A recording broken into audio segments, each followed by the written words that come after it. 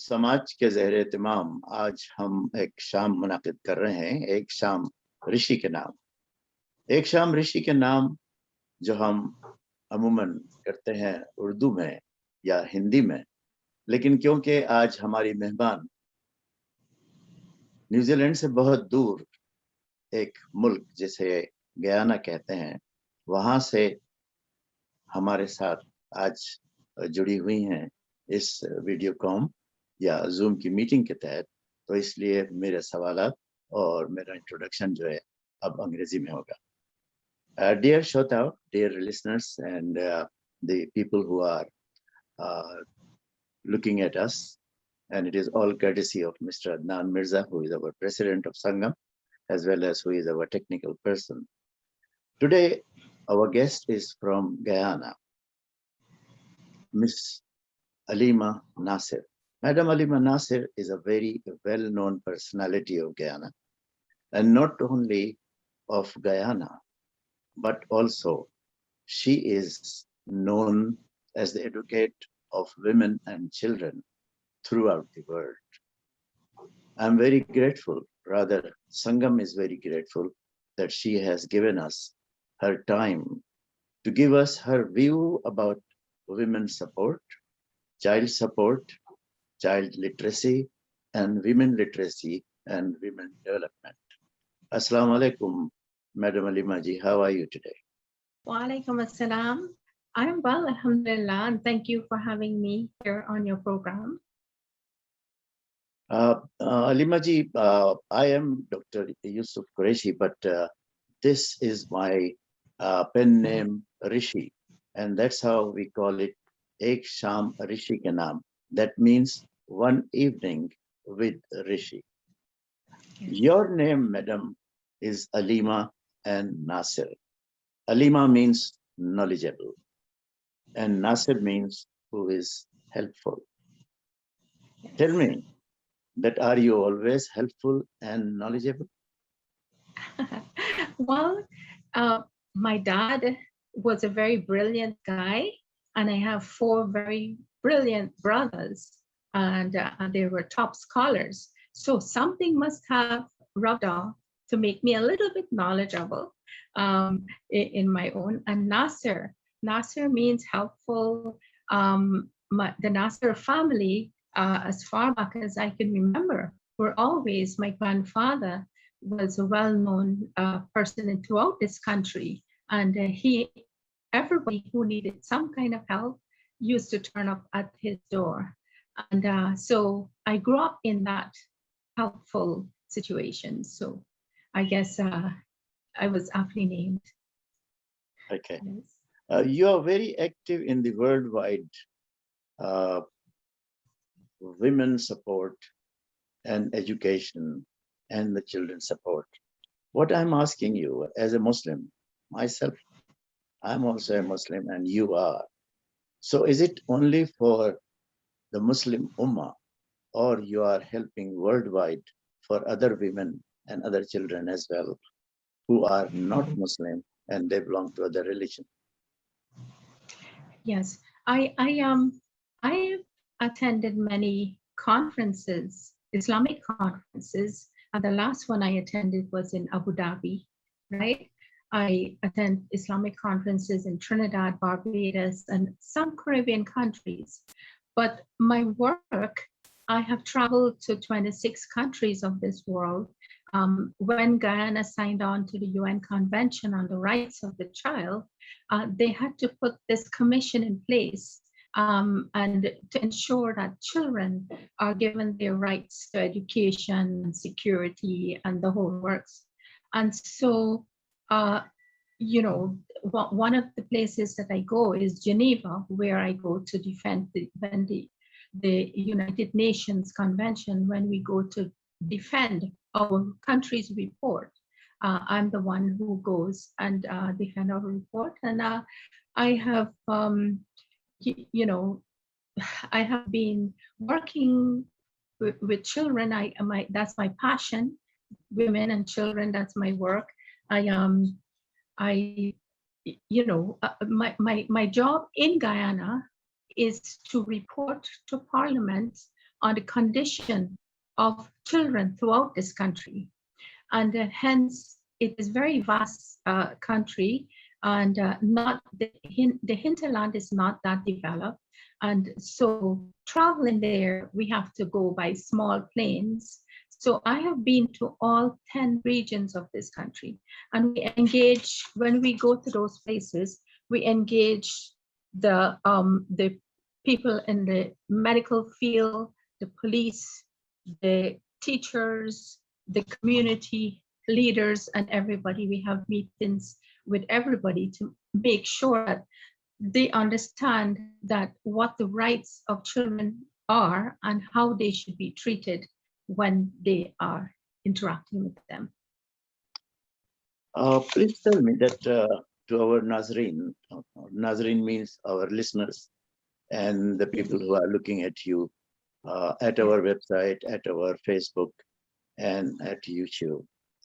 Where were you born and how was your childhood? I was born in Guyana, right here in Guyana, in a place called Hope. That's where my grandparents lived, right? And my mother was a Trinidadian and my father was Guyanese. And I had a very beautiful childhood because my mom and dad were two remarkable people, and their love for each other and the love that they showed us, they never raised their voice at each other. They never was disrespectful to each other.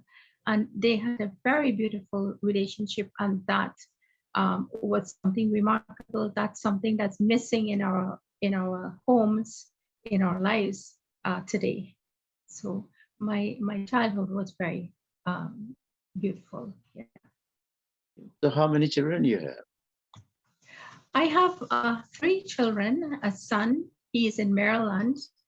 I have the elder daughter is in Canada, Brampton, Canada, and the youngest is in Barbados.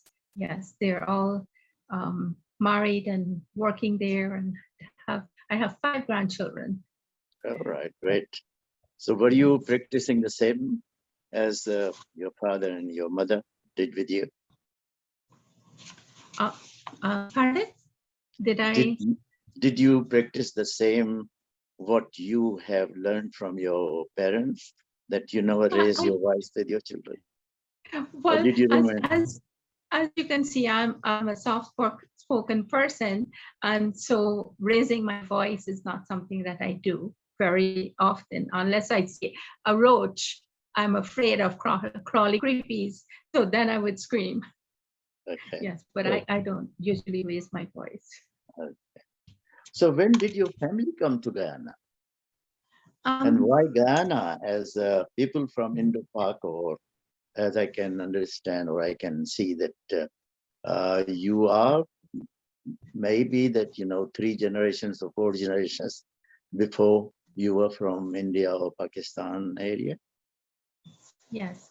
Well, my grandparents, my great-grandparents, I'm 4 generations down, came from Uttar Pradesh. And my grandmother's, my daddy ma's mother, father, he was an overseer. He came here to work, and he was quite wealthy. And in fact, there is a village on the east bank of Guyana that's named after him, Makdoum Village. And so all her relatives lived in that area, right?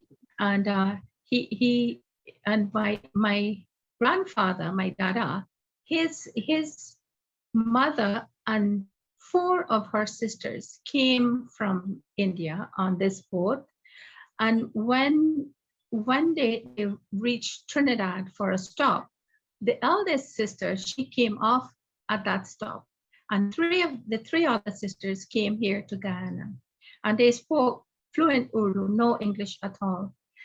And when my grandfather was old enough, when he was like, able to travel, he went to Trinidad and looked for his aunt, and he found her. And when he found her and met the family, he fell in love with my mom So he brought her to meet my dad, his son, here in Guyana. So that's how they got married. So it's a story of four sisters. Okay. Yeah. Yeah. So when your people came to Guyana, how do you say Yes. Guyana or Guyana? Guyana. Guyana. Guyana. So, Yes. Guyana. Okay. So did they suffer with some difficulties? Like, I have been to Trinidad and Tobago, and I have been to Suriname and to Fiji.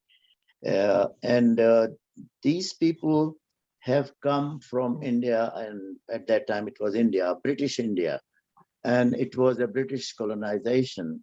And because of sugarcane plantation, like Trinidad and Tobago and Fiji, they Yes. brought the workers from India and Yes. to work there. So was your family, did they come like that as well, or was there something different? No. As I told you, my Mm. grandparents were very wealthy, and they were more or less like overseers. Mm. But they have a lot of uh, Indians who came from India, and they live in what you call the little loji houses, like all little huts, and Uh, they live along the sugar plantations, and they worked in the farms and things like that. So yes, okay. so In Guyana, as soon as someone utter your name is famous for the assistance to South Asian community comes in mind. How did it start? well, um, but when I came back to Guyana in 1992, my friend Shalimar Ali Haq, who is now the DPP, the Director of Public Prosecution, she and I went along the coastland in all the areas and formed women's groups, Islamic women's groups, which was connected to, we have 130 masjids in Guyana.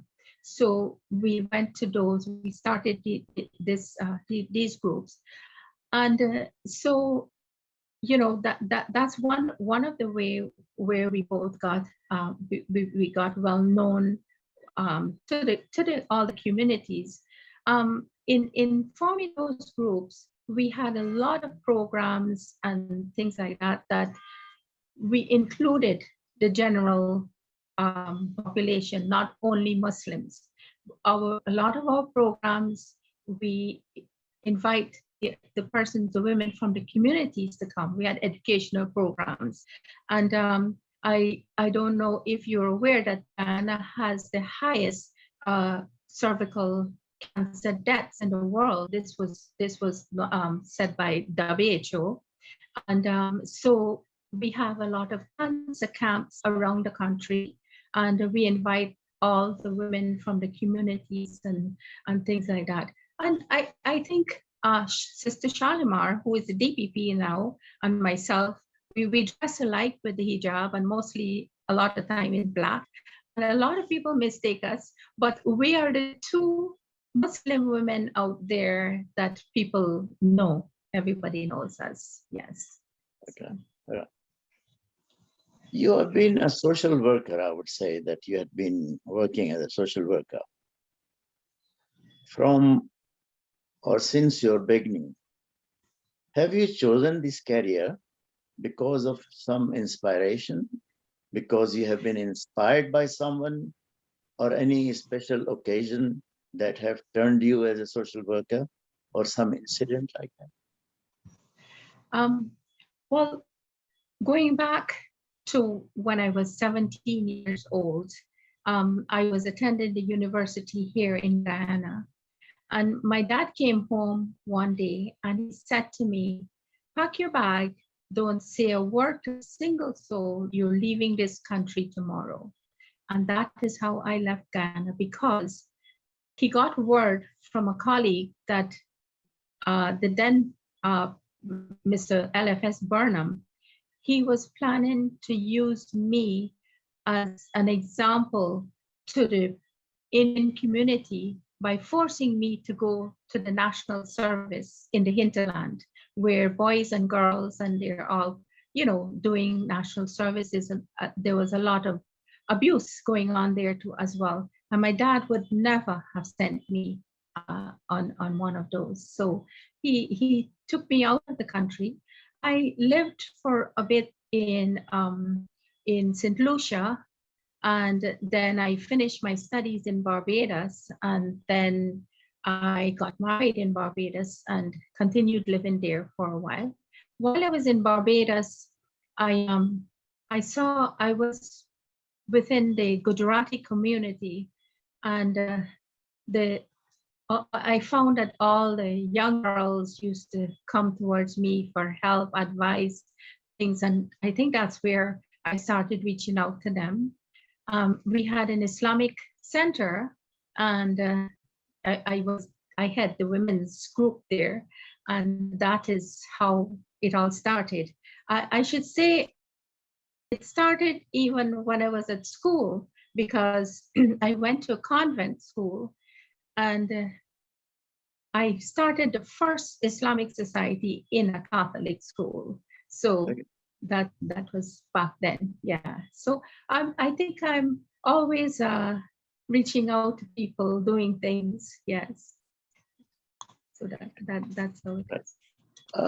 Is there any personality which you can say, whom you can say that a great inspiration to the whole world as a social worker? Um, I didn't quite get what you said there. Can you repeat, please? What I'm saying that there are many personalities in the world who are Yes. very famous for their social or humanitarian work. Yes. Whom do you think that you have that personality has inspired you most?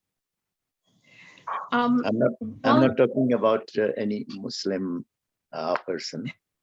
yes, yes. I will have to come right back home and talk about my dad, right? Okay, He was my inspiration from day one.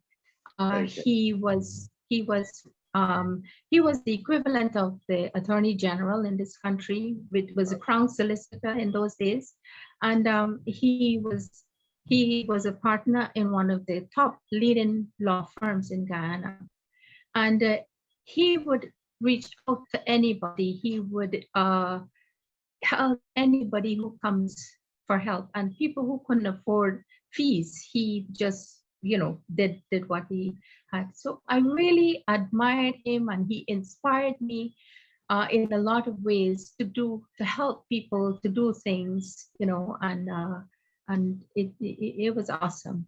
Yes. great. Like I give you my example that in my country, I'm inspired by Sattar Idi, who has done tremendous work for this society. And the second person is Nelson Mandela, whom I met in South Africa. And the golden word, what he said. He said, "Doc, look, I do not live in past, and I do not live in future. I live in Yes. today, because Yes. yesterday is gone, and tomorrow I don't know whether it will come or not." So, and Yes. that was golden words, that you really live in today. You don't know Yes. that what is going to happen tomorrow. So No. that inspired Yes. me. Anyway, that's that just came out Yes. of it. So, Yes. are you interested in expanding your work to other countries, like southern hemisphere, like Australia, New Zealand? I think that you have never been to Australia, New Zealand, or this southern hemisphere. You might have been to Chile or somewhere, but not on this Yes. part. Right. Right. Yeah. I think that I can work. I can do this sort of work anywhere I go. But how would I get to Australia and New Zealand?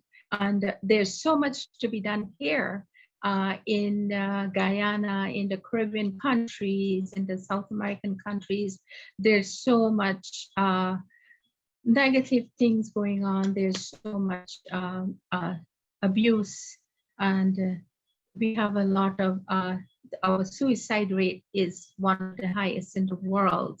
You know, so this there's a lot to be done here in Ghana, and I think that now we are becoming famous because of all the oil that was found in our shores, right?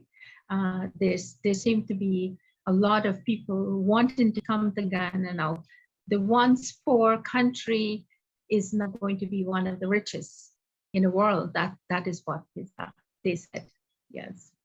Yep, So, that's okay. But the thing is that you are doing great work, but you can train the trainers, and you can groom some other people who can be from this country or from this hemisphere rather, and they yeah. can do the same work what you people are doing or what you are doing in your country. But yes, definitely. And I do have a group. Do work with a lot of women, and we do have a lot of educational training programs and things like that. So the bottom line is that I can, wherever I go, I can live and do any sort of work, this sort of work, anywhere I go. Yeah. So if I happen to come to Australia, if I'm invited to come to New Zealand and Australia, well, who knows? Okay, great. Yes.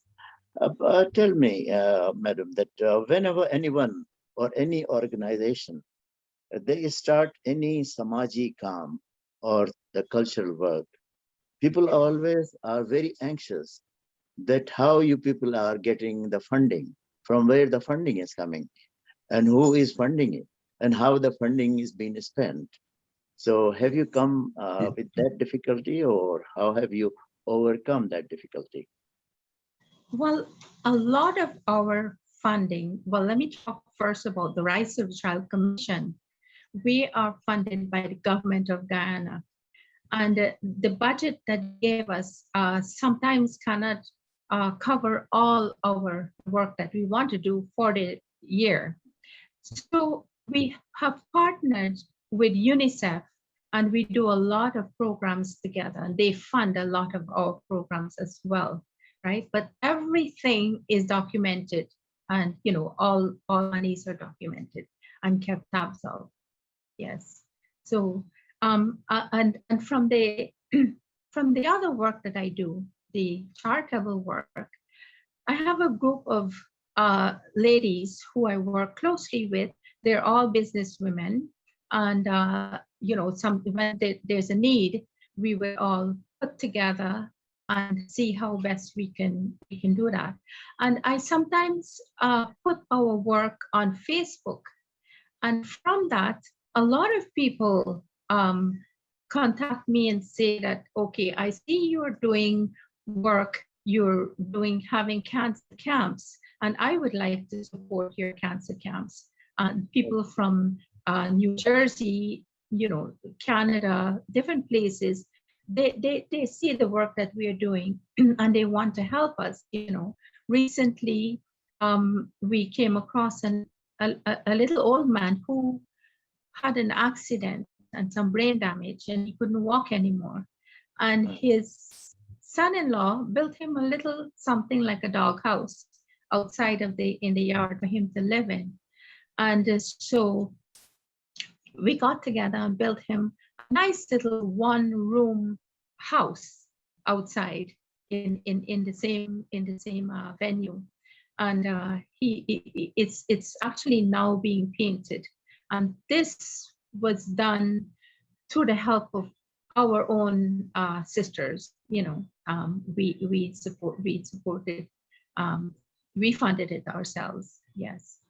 So, Right. but coming back to the funding as well, I've done a lot of women empowerment projects, income generating projects over the years. And one of the organizations that funds these projects is in Canada, the International Development Relief Foundation of Canada. They do work all over the world. And I was invited by the head of that, who I met, to submit a proposal. And I did, and it was accepted. And we trained, for each project, we trained 360 women who are now able to earn a living. Yes. Right. So, that's what I was talking about. Training of the trainers, so you empowered the other women. Yeah, that's great. Right. Yes. Yes. What is the literacy rate in your country? It is, I would say, about 75%. Okay. Right. That's great.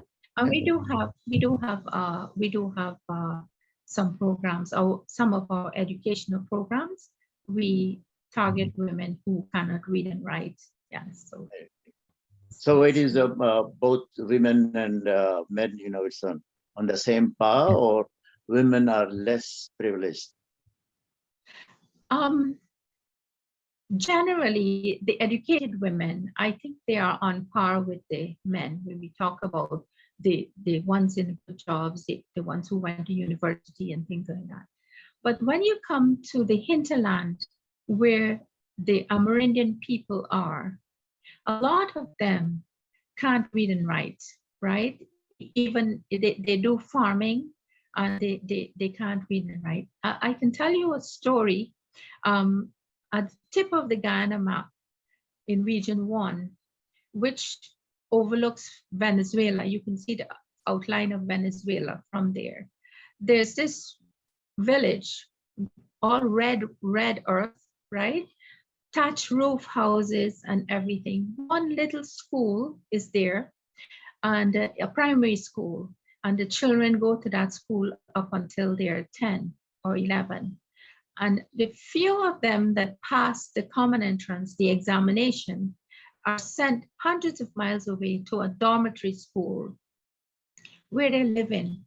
The rest of them are left there, and they just knock around and get into mischief, get in contact with the law and things like that.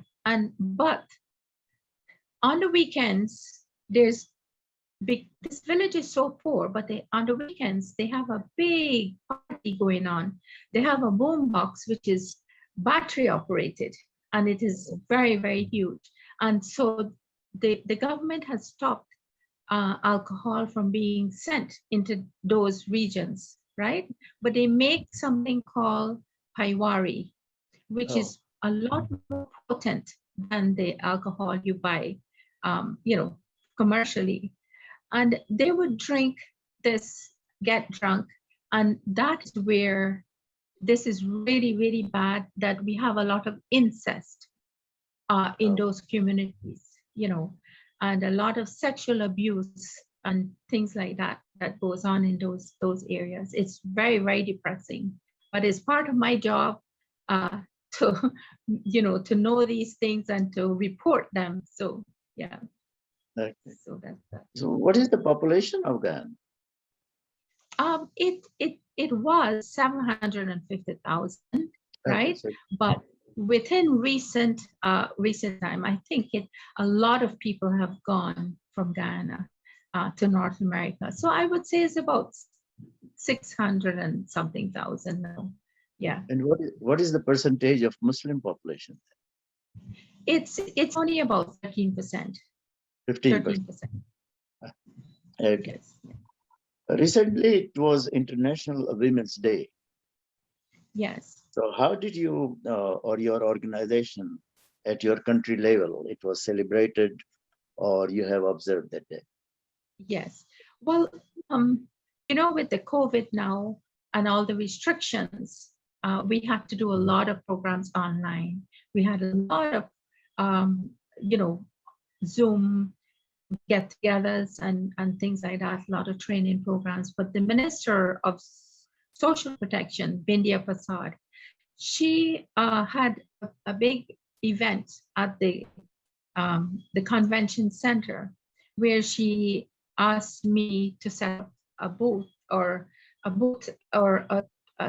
desk to talk about the work that we do, and also to show. Well, I have had a lot of training programs for women who learned the garment manufacturing and catering. So they were able to showcase the things that they have learned, and they're earning a living by at this time. But generally there were a lot of programs online because of the COVID. There's restrictions on getting together and things like that. Keeping the same tune, madam, there was a recent movement, I would say, Me Too, and the Black Lives Matter. How did your country or how did your population reacted to that? Well, the thing is that in Guyana, especially in the country areas and so, whether you're Black, whether you're Indian, whether you're Amerindian, everybody lives like family, right? So we don't have that. Only in the times of elections, we have a little bit of, racism going on. But I think the whole world was shocked and sad at that event that happened, that started the Black Lives Matter. As Muslims and as religious people, we don't believe in any religion. We don't believe that one is better than the other. We all are, all human beings together, and we interact with each other. But that was a very sad and unfortunate situation. So it is actually a secular government there. Pardon? Is it a secular government which you have, a parliamentary system? Yes, but because yes, I can understand that the president of yours, and I met Fazil there, who was the chief of your Muslim association, and the president was an Indian.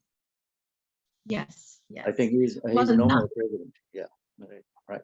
Yes. Now our president now is a Muslim guy, Irfan Ali, and he's Muslim, the first Muslim president. And I just want to mention to you that I have him on my WhatsApp, and I have about 5 of the ministers on my WhatsApp. So I know these people very well. Yes. That's correct. Okay. If you remember, I don't know that whether you remember this or not, but Ghana became infamous in 1978 when cult leader Jim Jones led about 900 people to a mass suicide in Jonestown, I believe. Please tell us a few things, how it affected the population as a whole. Yes. Well, when Jim Jones came to Ghana, nobody knew he was there. He interacted with some government official who gave him permission. And he went from when he landed at the international airport, he went to this place where he was, Jonestown, right? It's way, way in the hinterland. I've been there, I've seen the place, and all that happened there, none of us in Guyana was aware of it until it happened, and the publicity. But one thing that event did, that situation caused, it put Guyana on the map, because this is the first time that people are hearing about Guyana. Where is Guyana? Exactly. Because of the publicity that happened. Yes. So, but that was a terrible. It was a shock to all Guyanese that this happened right in our backyards, and nobody knew about it. So what, actually, I was in Malta at that time.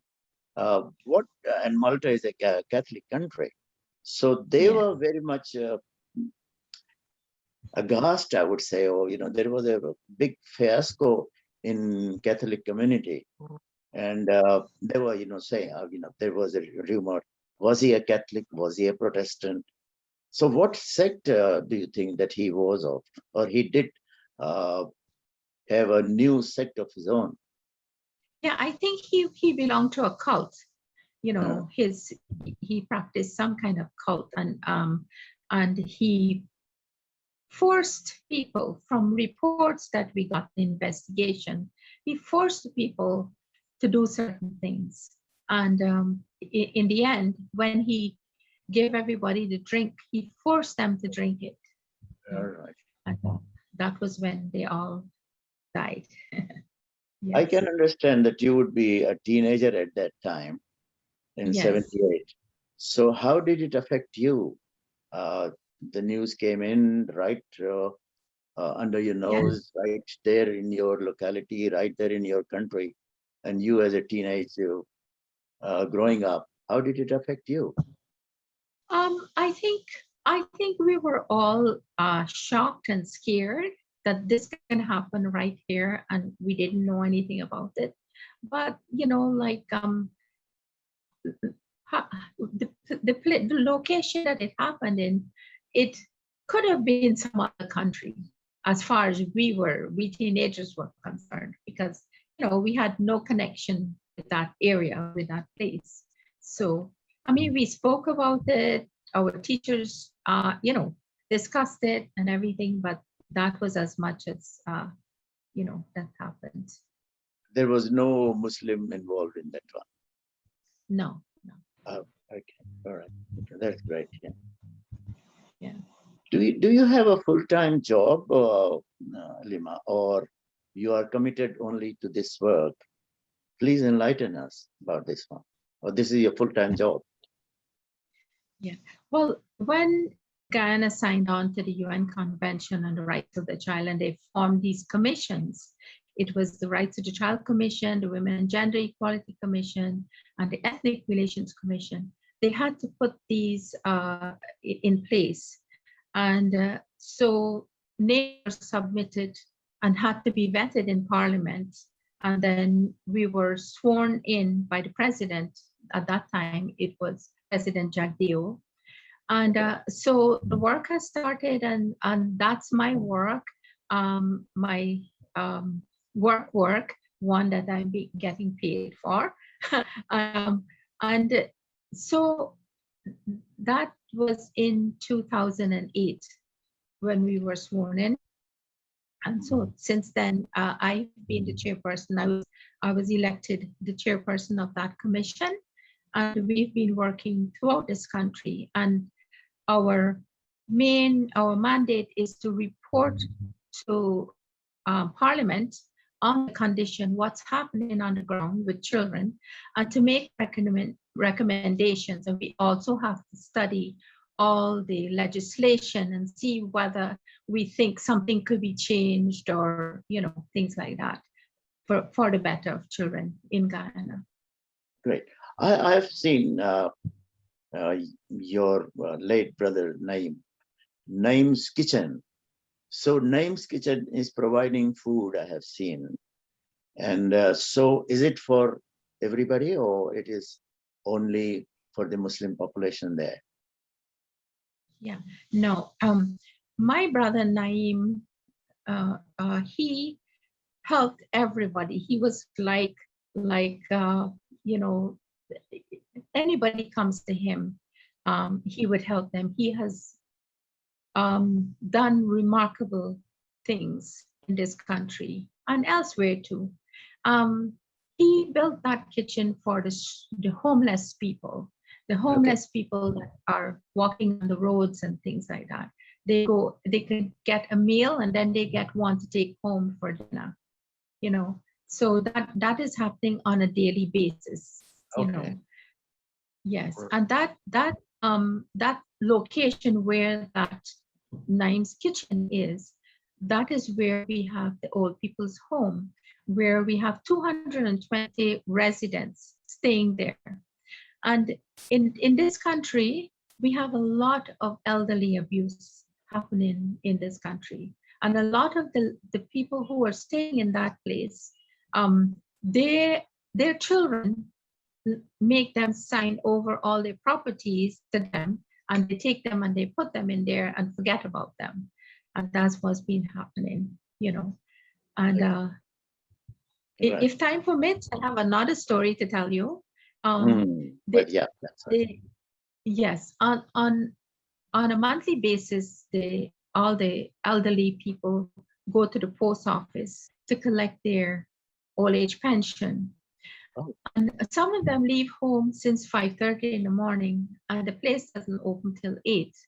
And they're there in the sun and the rain and everything. So I was in charge of the board of post office. This is through the National Commission of the Elderly. And we would set up tents the night before, put chairs, and we serve them coffee. In one morning, I would make like about 160 to 180 cups of tea and coffee on that morning. And my colleague would give out the sandwiches, right? So one day I went inside where they were collecting their money, because the rain was falling a lot, and I just decided to go, and the draft was coming under the tent. So I was standing there, and this little old man, he went and collected his money. And the lady gave him his money, and he counted it. He gave it back to her. He said, excuse me, ma'am, you gave me too much money. You will have to take this out of your pocket. So she said, let me see.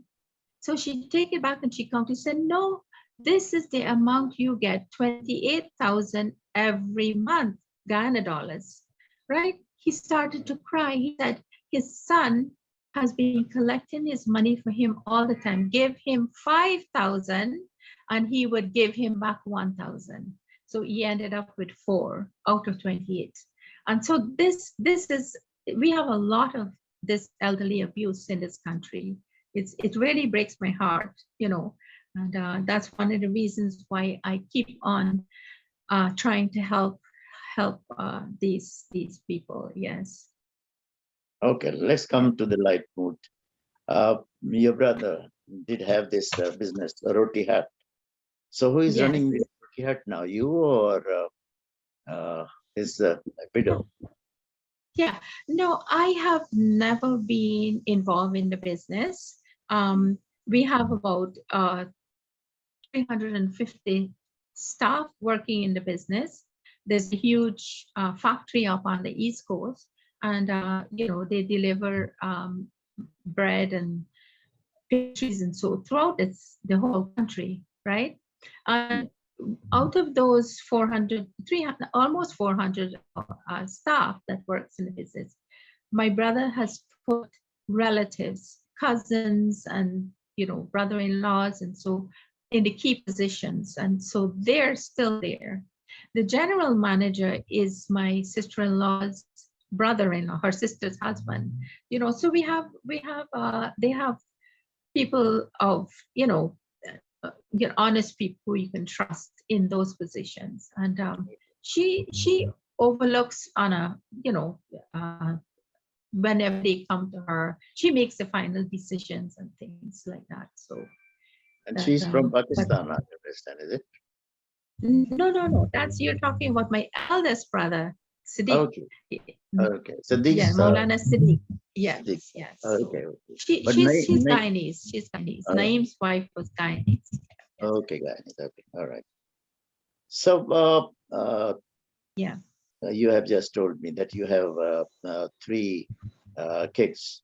So don't get embarrassed. But as a single mother, did you find any difficulty in raising them up, or was there, as a single mother, you were very supportive and you got your own support, and with your own support, you raised the children? Well, can you hear me? Yep, I can. Yes. Well, my brother Naeem, he is the one who invited me to come back to Guyana because of certain situations that he saw. And so the kids and I came and we stayed with my mom and dad in our family home. So there, right away, there was the support that I needed. You know? And none of my brothers lived in Guyana at that time. So I was happy to be back with them, you know. So that, but they all looked out for me, my brothers, my four brothers, yes. I heard. So don't get embarrassed Yes. by that if I ask you this question, that life as a single mother, didn't you find anyone who could have supported you physically, socially, normally, ethically, or religiously? I'm not talking about Naim or your other brothers. Wow, what a question. Yeah, I do get a lot of proposals, yes, and from sometimes from very young guys. Um, Once only I considered um, a commitment from someone in Dubai, but that did not happen. It did not work out. Perhaps if you need to have more information about that, about him, I can give you his information and you can interview him. Okay, okay, that's okay. Thanks very much, madam.